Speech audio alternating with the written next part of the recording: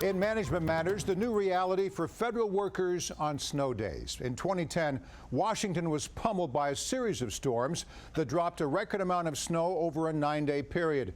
That blizzard earned the nickname Snowmageddon.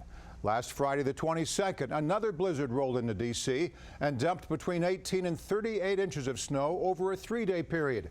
The blizzard shuttered federal offices on Monday and Tuesday and prompted shorter hours on 3 additional days. But that didn't mean feds were not working. Here with an update is Kate Lister, president of Global Workplace Analytics. She joins us via Skype from Carlsbad, California. Kate, it must be nice to talk about historic blizzards from coastal California. How's the weather out there? Oh, I don't like to rub it in. 75 and sunny, but there's a cool breeze off the ocean. All right, I think it's best we move on then.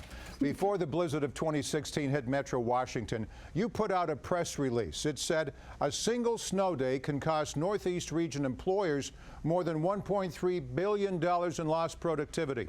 Tell us more. And that's not even the productivity. That's just the salary portion. Wow. You figure you pay somebody to work 250 days a year. For every day they don't work, you're losing that value. Not only that, but if this were to continue as it has in the past when we've had blizzard after blizzard, this can affect the whole economic livelihood of the whole, GDP and the U.S. economy for a while.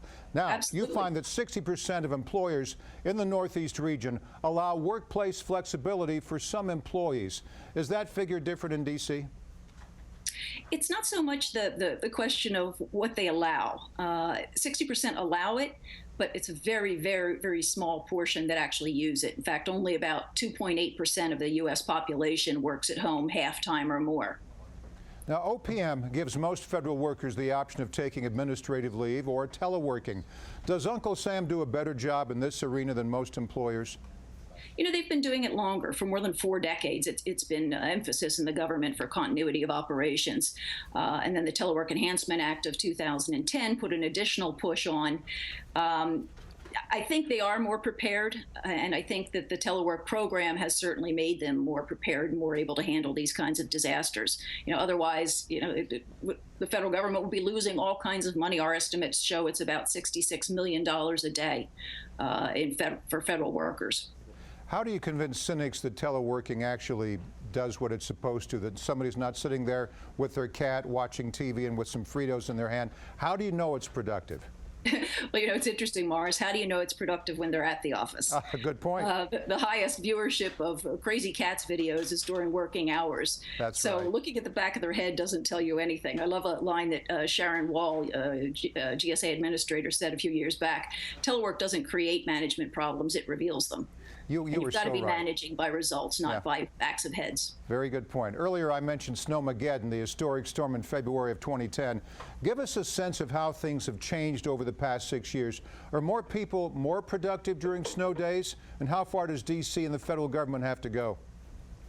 Certainly more people are. Certainly the Telework Enhancement Act of 2010 has put a push on this, but it's not just for continuity of operations. That's just the tip of the iceberg.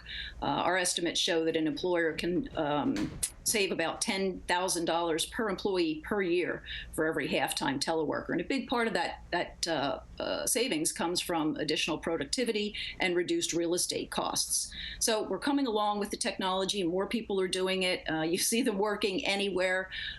But we have to catch up a little bit in terms of the rules and regulations around it.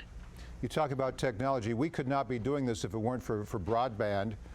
I mean, 10, 20 years ago, you couldn't just use a dial-up modem and expect to be working efficiently from home. Isn't that amazing? Yeah. All right, well, enjoy the 70s out there as we dig out from the snow. I know that spring is on the way.